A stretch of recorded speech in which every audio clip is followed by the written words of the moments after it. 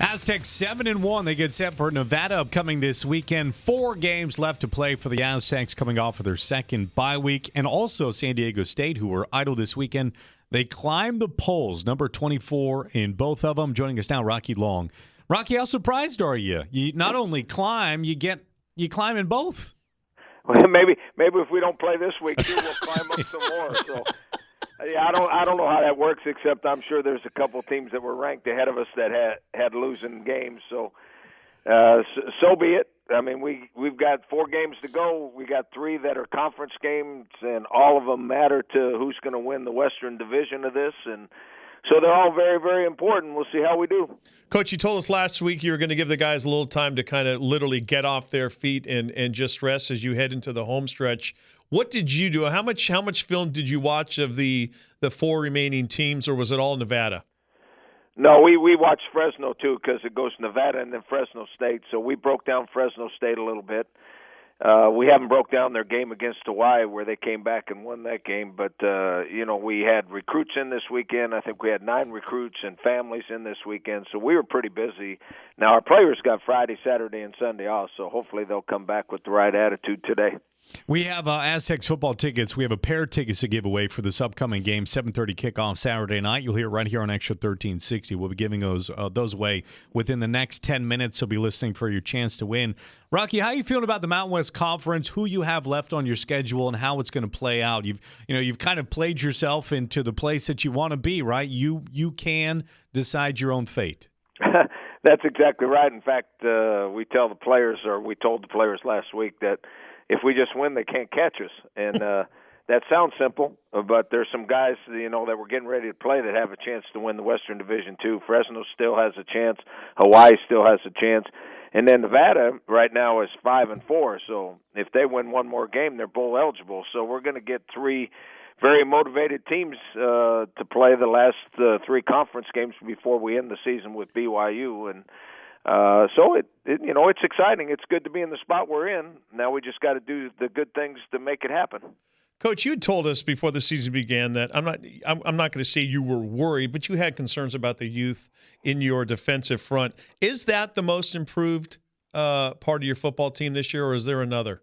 Well, I think you can talk about 3 different spots. I think that the receiver group is improved dramatically over the last couple of years. Those guys are going up and catching balls and getting open in one-on-one situation. The D-line obviously is playing at a much better level than we thought they might starting the season. And then Matt Ariza, our kicker. We all thought he had great ability and everything, but he's the best kicker in the league too, so that all helps.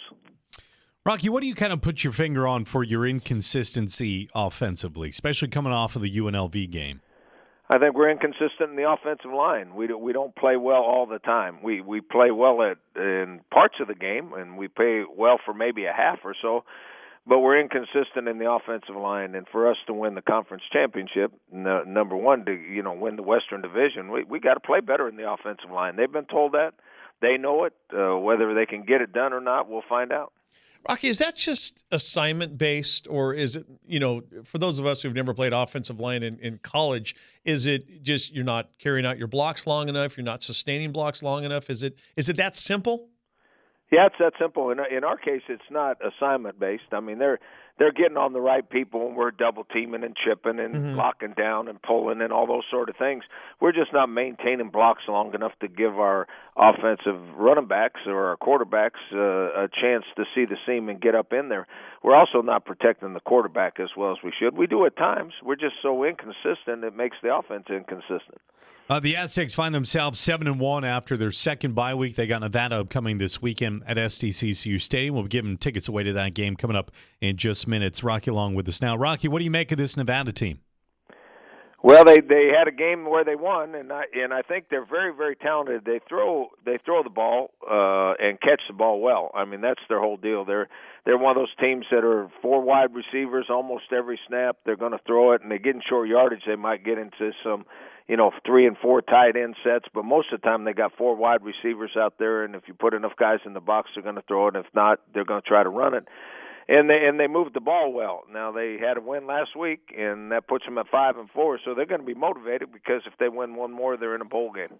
And you have said, the Aztecs have to get used to playing with that bullseye on your backs because of the success you've not had, not only the years past, but what's going on this year. Is it hard to get these guys to focus on just what's at hand on Saturday and not look past Nevada? Well, I'm gonna find out.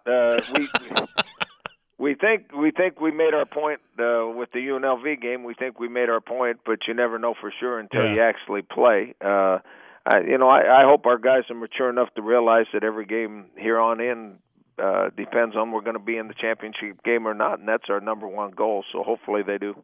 We hate having to ask this question each week, but we're going to ask it. What's Juwan looking like? Well, I don't really know. I mean, we talked last week, and he was in a boot for the first 3 days of the week. He's out of the boot, walking around and everything. He has done nothing where he's run and practiced. So he'll practice today, and we'll find out how he looks today. It's funny. Costa hasn't run either, Rocky. So they're both resting up for the final 4 games of the season. Just call me, Coach. I'm ready to go in. Maybe. Don't do that, Rocky. You've got Nevada Saturday, then you actually got Fresno State on a Friday night game. I want to remind people it's a Friday night game upcoming after that. Then Hawaii on the road. If things play out the way that we hope them that they do, does this change at all how you would approach BYU to conclude the season out of conference before potentially a conference championship? I hate to admit this, but I have thought about that, and I think it probably does. I mean, hopefully we're going to win, all 3 games. But if we win 2 of the 3, I think we're in the conference championship game. And if we're in that conference championship game, and then we play BYU, and we already know we're in the game, I'll have to worry about that then. I'll worry about it, but I have thought about it, and I think it might change how we approach BYU. Yeah, it's odd scheduling because the ultimate goal of the conference championship game. But BYU has had some nice wins this year, and that would certainly help your overall schedule from a bowl standpoint and overall how your schedule is perceived. It's kind of an odd place to be in with where it lands at the end of the year.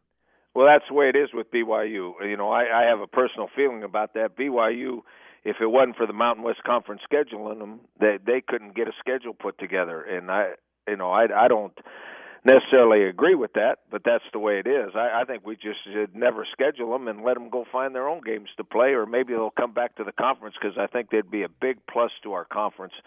But that's the way it is, so you don't worry about it and you go about your business, and we'll worry about that when we get to them. Do you know if the conference, Rock, from maybe talking with J.D. Wicker or Craig Thompson, that they're making forays or they're reaching out to BYU to try to get them back in conference?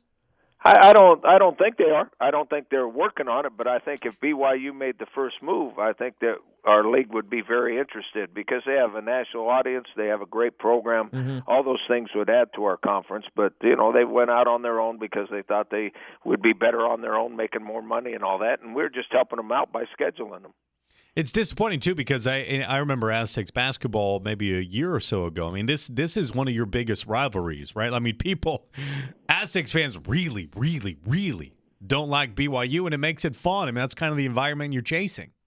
Yeah, it's funny, though, because someone asked me if our players think that it's exciting about playing BYU. Well, the BYU's been out of the league for a while now. Right. Our players don't know anything about BYU or care about BYU. And I agree with you. In the past, it was a huge rivalry that everybody that played BYU, it's a rivalry. It's one of those deals. But it's been a while back, so our players don't even know who they are or even care about the rivalry that everybody else is talking about. This is what we got. We got San Diego State versus Nevada Saturday. Then the upcoming Friday, they'll be right back at the stadium against Fresno State. 2 big Mountain West Conference games coming your way. We'll give tickets away right now. Rocky, look forward to Wednesday. We'll catch up for a full hour, 6 p.m. Wednesday nights, and then we'll be seeing you next time at the stadium as well. Thanks for your time this morning. Appreciate it, guys. Have a great week. You too, Coach. Thank you.